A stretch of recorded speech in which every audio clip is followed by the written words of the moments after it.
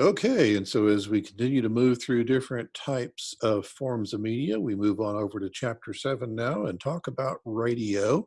In chapter 7, there's a bit of understanding of how radio developed from the 18 into the 1900s, a bit about radio's impact on culture. Of course, we try to assess formats and some of the other kinds of developments in the programming through the years and think a bit about the new future of radio. At the start of the chapter, they talk about WOXY and its demise. It's a little bit misleading, it seems, in some ways, because it did have the internet-based format that is gone, that moved out of Ohio and was moved into an operation from Austin. But the actual over-the-air station is now Mega 97.7 and is still on the air. But that is a little bit of a good example in the sense of the challenge that radio has these days in terms of continuing to be profitable and competitive up against digital music options in terms of getting songs from iTunes or having things like Spotify and Pandora. The invention of radio really is connected to the invention of the telegraph in the 1830s and 40s as the early communication technology. The telegraph revolutionized long distance communication. By 1870s, that telegraph technology was used to develop the telephone. And of course, those are wired communication technologies over distance. Marconi popularized wireless technology. And so we do recognize that quite a few people were working on things, but Marconi gets credit for his patent. By 1912, regulations were in place, but it really wasn't until 1920 that radio officially started. And then 1927, when we had the first true broadcast regulation in the US, and then 1934 to give us the more substance of covering things beyond radio. Radio network started in the 1920s, started with NBC, and then CBS. Mutual came along in the 1930s. ABC didn't come along until the 1940s when NBC had to give up one of its two networks at that time. Well, the chapter also helps us to appreciate why do you have a network? That is to make it to where you can have one kind of program that's distributed across a bunch of different stations. Take the example of carrying a football broadcast. If you got a game going on between two teams, you don't need 40 different stations out there covering it. You can send one group of people to go out there and cover the game and then simply carry that coverage on all the different stations. That's the purpose of having a network. Absolutely important in those days to share the programming. These days, the network model is not quite so relevant. Commercial radio came about because of what were called the radio conferences between 1922 and 25. That's where the government of the United States, Congress, and leaders got with industry people and talked about what do we do with this new service. Ultimately, they decided to allow it to be a private operation. Private meaning that private companies would own the stations and they would be regulated by the government. Public systems were developing at the same time, and the most famous of those is the BBC. A public system is operated by the government itself and run by license fees. And private, of course, sells advertising and makes its revenue that way. And by developing the private system, we started off with that idea of what's called the PICON principle, which meant that the broadcast stations had to serve the public's interest, convenience, and necessity. They called it toll broadcasting in those first days, and so you had these big companies like Westinghouse and RCA that wanted to start stations and make money from selling the receivers, but then they also started running advertising and making their revenue that way. As we talk about radio in the 1920s, we're of course only talking about AM radio. FM did not exist at that point. Edwin Armstrong got the patent for FM as a different form of technology of sending a signal over the air in 1933. So those first networks in those glory days of radio in the first years, especially getting into the 30s, were NBC with their red and blue networks, CBS, and Mutual.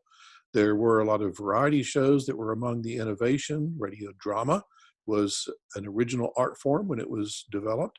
Networks are still powerhouses today, but as just mentioned a minute ago, um, their need is not quite the same because of the way we can do things now with the internet and with streaming. So that network relationship of something like NBC with local market stations is really not quite the same as what it was in all those previous decades. So in terms of regulation then, as noted, the Radio Act of 1927 is our first real regulation. It established the Federal Radio Commission. We then followed that with the Communication Act of 1934 that developed that into the Federal Communications Commission. They regulate things like allocating a license to stations, determining which frequencies are available, how much power they can broadcast at, and so forth. And so all the broadcast stations, AM, FM, television stations, and such, are licensed and overseen by the FCC. They have ownership limits, and those have changed drastically. In the past, you could only own one AM station and one FM station in a local market, and you could only own a limited number across the country, such as up to 12 AMs and 12 FMs and then 12 TV stations that a company could own all across the country. And now those limits have been drastically changed. In the radio sense, you can own several broadcast radio stations in one market, and there is no limit nationwide. That's why we have the limited number of big companies that own lots of stations. The chapter talks about the Fairness Doctrine, started in 1949, and that was ended then in 1987. By the time we were getting into the 80s, we really had gotten into a feeling, because of what had started to develop with multi-channel TV services and so much different media available, that we decided the marketplace could regulate better than the government's regulations could. And so the golden age of radio was that time between 1930s and mid-1950s, and offerings included daytime soap operas, comedy variety shows, prestige dramas, and of course news broadcasts were a big part of radio in those days, and started to have an impact on newspapers. And in the sense of the popular evening comedy variety shows, you could kind of look at just a few examples here of George Burns and Gracie Allen's The Burns and Allen Show, The Jack Benny Show, The Bob Hope Show, that all began during the 1930s. And those shows featured a central host for whom the show was often named, in a series of sketch comedies and interviews and musical performances. And so that kind of format is similar to the kind of format that a show like Saturday Night Live will follow. So we were establishing kind of a procedure and a format for programming in those early days of radio that carried over into television. And so again, what kind of other programming? Well, the news broadcast, farm reports, the radio drama format. One of the famous ones in our chapter talks a bit about that is the 1948 War of the Worlds program that was supposed to have caused a certain amount of panic. And there were musical programs then, but not music program stations as we have now. And so what we ultimately had in radio programming would be called block programming. You'd have blocks of shows throughout the day in the same way that a TV channel operates today. And so in the sense of news, our chapter tells us about one early example of the importance of news was Herb Morrison's recording of the Hindenburg disaster in 1937. The blimp exploded into flames while attempting to land, killing 37 of the passengers, and Morris was on the scene to record the descent and captured the fatal crash. Radio news became even more important during World War II, and so our chapter tells us about programs like Norman Corwin's This Is War and Edward R. Murrow reporting from London and giving us firsthand reports of the bombing of the Germans in England. Radio was the first to report the attack on Pearl Harbor. So as far as the War of the Worlds panic, the kind of common folklore in our book kind of supports this, is that it really was this significant impact. And people have done some research about it, and they found that really only about 2% of the population actually heard the broadcast. And this newer research suggests that the newspaper industry actually sensationalized the impact of that broadcast, trying to discredit radio news. So a little bit of a different point of view about Orson Welles' War of the Worlds. That's one of those good old radio shows to find a copy of and listen to and kind of see what you think about the way that it might have been perceived by some people as being a news report about an invasion from Mars. Well, the post-Golden Age then, TV was the factor that caused radio to have to change, caused stations to have to give up their block programming. This didn't happen immediately. It happened over the period of the 50s into the 60s. But in the mid-50s, stations started turning to format approaches. And the top 40 format was one of those first ones. FM didn't start growing until the 1960s. And also during that time, public radio was introduced. And now in our recent decades, we've seen more and more consolidation of the radio industry, and our chapter helps us to appreciate that. So as far as top 40 radio, Robert Storrs in Nebraska, Gordon McClendon in Texas are credited with beginning to do some adaptation to local programming and get credit for the top 40 format. Gordon McClendon was connected to Cliff Radio, KLIF in Dallas, and that was named after Oak Cliff. And so in 1956, the creation of limited playlists further refined the format. They basically took about 50 of the most popular songs, and the DJs played them repeatedly every day.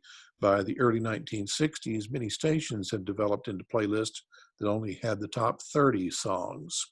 And as far as new access and other musically fruitful innovation came about in these days with the increase of Black DJs and programs created for Black audiences, and Black radio became more common on the dial.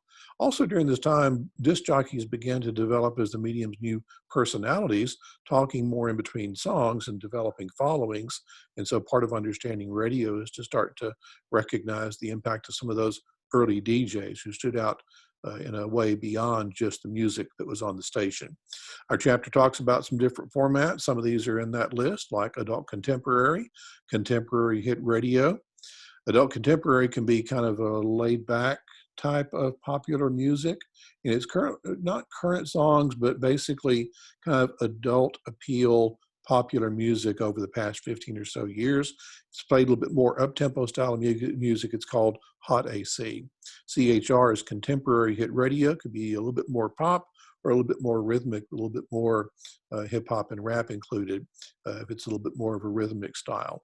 Urban contemporary falls into the area of current R&B, hip hop, rap. Of course, there's country, there's oldies formats, classic rock, classic hits. The AAA there refers to adult album alternative. So there's a lot of different music formats that are out there in breakdowns of different styles of music. The chapter talks about the ratings group Arbitron, just pointing out they were sold to Nielsen in 2013, and that's actually now Nielsen Audio. And ratings do matter, and so the local market ratings have to do with the amount of money that they sell their commercials for. So the CPM there is a cost per thousand. When I have a certain ratings number for my morning show on a local radio station, I'm selling based on a cost per thousand people that I'm reaching, and that's my advertising revenue.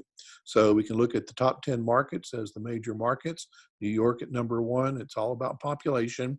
And so you'll notice there Dallas-Fort Worth is in the number 5 position, Houston, Galveston in the number 6 position. The PPM on there is a portable people meter.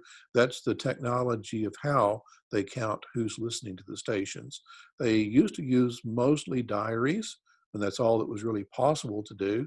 Some market areas still use diaries where people just fill out and report what they're listening to. The PPM is an electronic technology that picks up a signal and lets them know what people were listening to in terms of local over-the-air radio stations.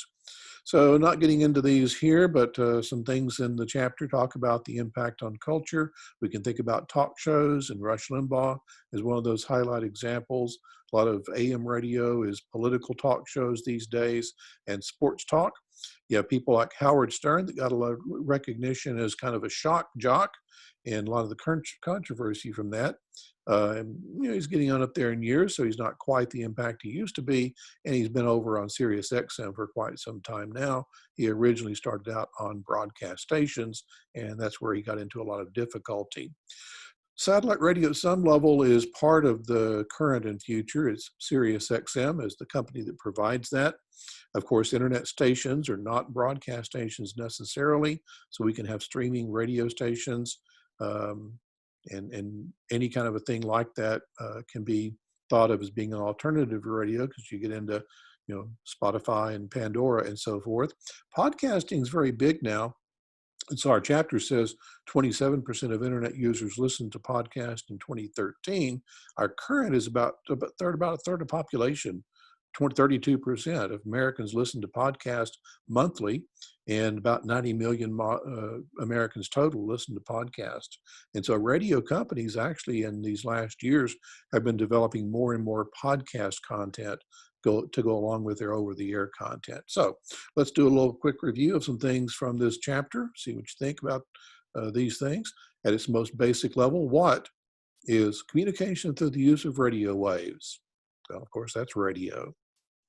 What is often credited as the inventor of radio, although he essentially combined the ideas and experiments of other people to make them into a useful communications tool. Who is that gets that credit? That is Guglielmo Marconi. Started off in his native Italy, and the government there didn't care, so he went over to England, got his patent there, and gets credit for starting wireless communication. The first long-distance electronic communication technology was the telegraph. What held up the early introduction and development of radio, and then what held up the early introduction and development of television? Well, World War I delayed radio, and then World War II delayed television's introduction. What's recognized as the first network? It was started in 1926 by RCA. Groups of stations carry syndicated network programs from its red and blue networks, along with a variety of their own local shows. NBC was the first network. The first official broadcast regulation was which? That established the Federal Radio Commission to oversee the regulation of the airwaves. That's the Radio Act of 1927. The so-called What occurred between 1930 and the mid-1950s, featuring radio dramas, soap operas, popular evening comedy variety shows like the Jack Benny Show and Bob Hope Show, all began during the 1930s, and so this period was called the Golden Age of Radio. Coverage of the Hindenburg disaster in 1937, the World War II programs like Norman Corwin's This Is War and Edward R. Murrow's Reports from London demonstrate what about early radio? Demonstrates its importance in covering news. The 1949 to 1987 rule stating that if broadcasters editorialized in favor of a position on a particular issue, they had to give equal time to all other reasonable positions on that issue required of broadcast stations was the Fairness Doctrine. The FCC was created by what act? That's the Communications Act of 1934. Our book calls them what? They're located just across the Mexican border. These stations did not have to follow FCC or U.S. regulatory laws. The stations broadcast at 250,000 watts and higher, so their listening range covered much of North America, and so those were called border stations. One of the most notable and far-reaching of the innovations for radio in response to the introduction of TV was what? Concept that supposedly came from watching jukebox patrons continue to play the same songs. So it's credited to Robert Storrs and to Gordon McClendon, and that is the introduction of Top 40 radio format approach to radio to move away from the block programming that had existed from the early days. Between 1960 and 1966, the number of households capable of receiving what? Grew from about 6.5 to some 40 million, and the FCC also aided its growth by issuing its non-duplication ruling in 1964 that did not allow stations on AM to duplicate their programming on the FM station that they owned. Among the various music radio formats, which one is generally targeted toward individuals over 30, favors pop music from the last 15 to 20 years, as opposed to current hits. So that would be a definition for the adult contemporary format. Who is known for the Depression-era radio talks that were called fireside chats? Franklin Delano Roosevelt, the president, did fireside chats during the Great Depression to talk to people over radio. Chapter 7 says, who managed to build his career on creating controversy despite being fined multiple times for indecency by the FCC, remains one of the highest paid, most popular radio hosts in the U.S., although he's now on Sirius XM, not on broadcast. That is Howard Stern. So read through Chapter 7 to get a better understanding of what we've highlighted. And that's our overview, highlight of some of the main ideas of the development and operation of radio.